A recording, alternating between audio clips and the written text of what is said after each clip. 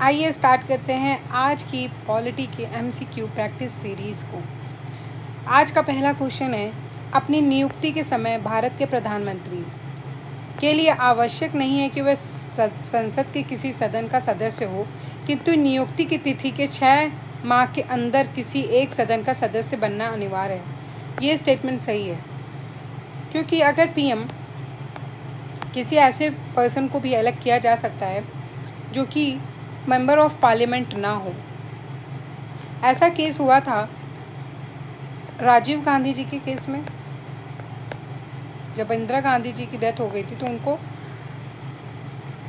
PM बना दिया गया था। ठीक है, हालांकि किसी भी इंसान को PM बनाया जा सकता है, अगर उसकी पार्टी चाहती है तो उनको PM बनाया जा सकता है। ये पार्टी के ऊपर डिपेंड करता है, और बस ये कंडीशन होती है कि 6 मंथ्स के अंदर उनको बनना पड़ेगा मेंबर ऑफ पार्लियामेंट। तो या तो लोकसभा के चुनाव हो 6 महीने के अंदर उस सीट से, या फिर राज्यसभा से वो जीत करके इलेक्ट होकर के आए। तो ये स्टेटमेंट सही था, बाकी के स्टेटमेंट्स इसमें गलत दिए हुए। अगला क्वेश्चन है, सीमा निर्धारण आयोग के संदर्भ में निम्नलिखित कथनों पर विचार करें।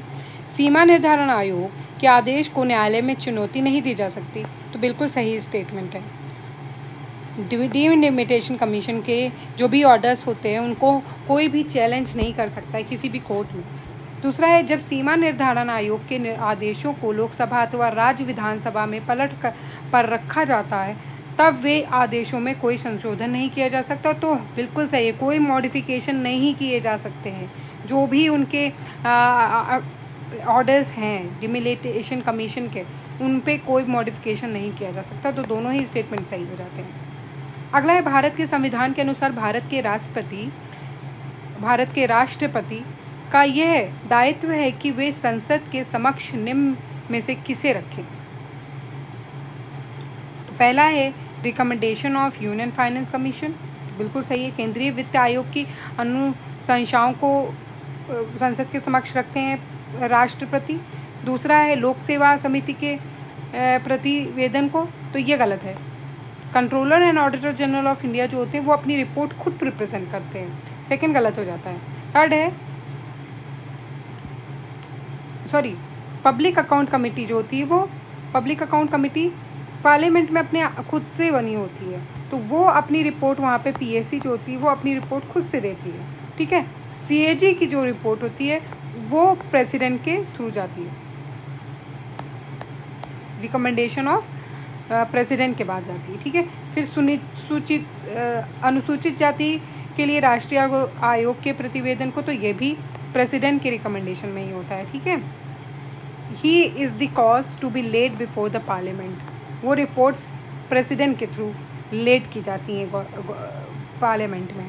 दूसरा है लोकसभा तथा राज्यसभा के बीच गतिरोध दूर करने के लिए दोनों सदनों की संयुक्त बैठक आहूत की जाती है। तो जॉइंट सिटिंग किन लॉज में जब डेडलॉक बन जाता है तब बनाई जाती है, तो वो नॉर्मल जो भी लॉज होते हैं उनके केस में, क्योंकि मनी बिल के लिए जॉइंट सिटिंग नहीं हो सकती, कॉन्स्टिट्यूशन अमेंडमेंट बिल के लिए भी जॉइंट सिटिंग नहीं बैठ सकती है। सिर्फ कोई ऑर्डिनरी बिल है उसी के केस में जॉइंट सिटिंग बैठाई जाती है। अगला है, भारतीय संविधान में निम्नलिखित में से कौन नागरिकों के मौलिक कर्तव्य हैं। तो पहला है अपनी मिश्रित संस्कृति के समृद्ध विरासत का संरक्षण करना, ये एक फंडामेंटल ड्यूटी है।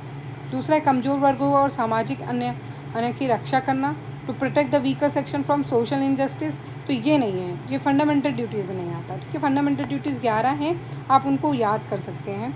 ये वाली एक फंडामेंटल ड्यूटी कहीं भी कॉन्स्टिट्यूशन में नहीं है। थर्ड है वैज्ञानिक मनोवृत्ति तथा शोध भावना का विकास करना, ये है। चौथी है वैयक्तिक एवं सार्वजनिक इंडिविजुअल एंड कलेक्टिव एक्टिविटी के साथ सभी क्षेत्रों में उत्कृष्ट प्रदर्शन के लिए प्रयत्नशील रहना, तो ये फोर्थ होता है। फोर्थ थर्ड है और फर्स्ट सेकंड नहीं है। फिर है सर्वोच्च न्यायालय की स्वायत्तता की रक्षा के लिए प्रावधान क्या है। Safeguard to provide autonomy to the supreme court of India.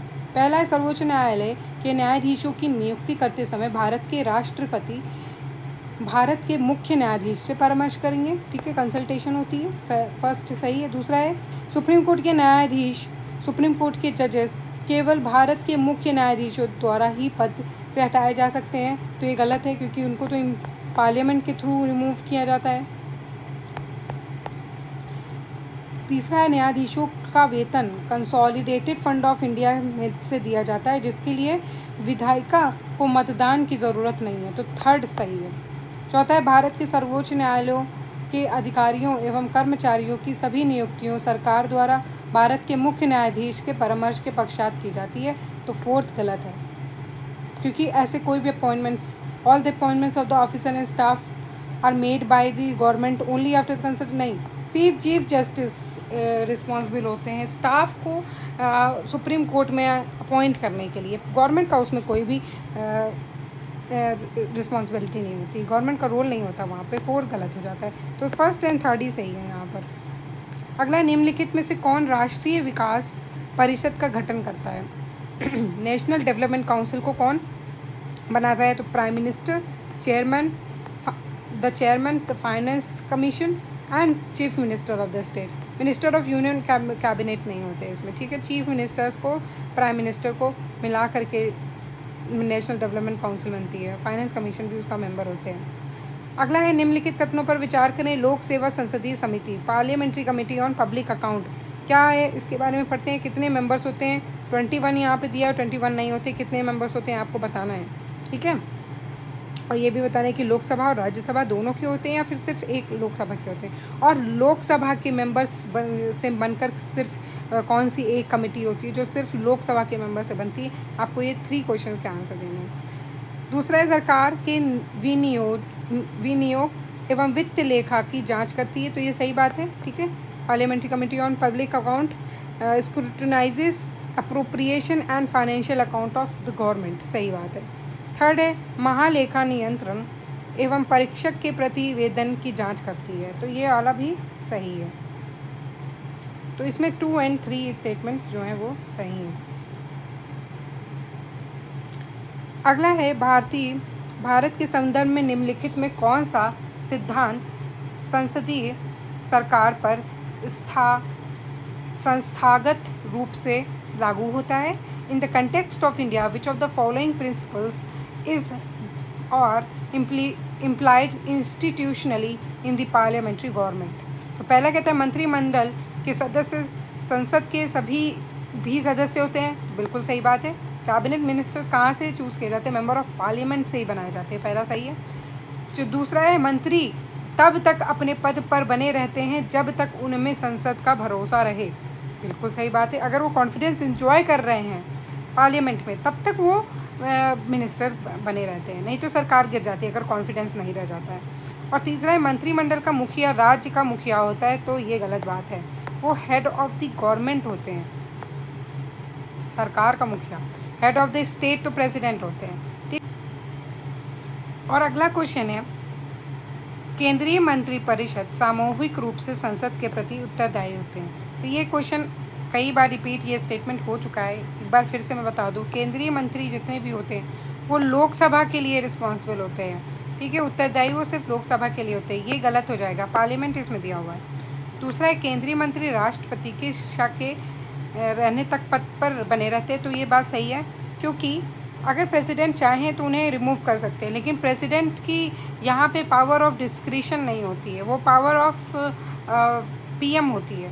मतलब वो पावर पीएम जब उनको रिकमेंड करते हैं, प्रेसिडेंट को जब पीएम रिकमेंड करते हैं कि इन मंत्री को अपने पद से हटा दीजिए, प्रेसिडेंट तब हटा सकते हैं, ठीक है। तो on recommendation of PM president मंत्रिपरिषद से किसी को भी हटा सकते हैं, तो सेकेंड स्टेटमेंट सही हो जाता है। तीसरा है प्रधानमंत्री राष्ट्रपति को विधायी प्रस्तावों के बारे में सूचित करेंगे, तो ये बिल्कुल सही बात है। आर्टिकल 75 में ये बात बोली जाती है कि वो पीएम प्रेसिडेंट को जितने भी लेजिस्लेचर प्रपोजल्स हैं उनके बारे में सूचित करेंगे, थर्ड सही है। तो सेकंड एंड थर्ड स्टेटमेंट सही है और फर्स्ट स्टेटमेंट जो है वो गलत है।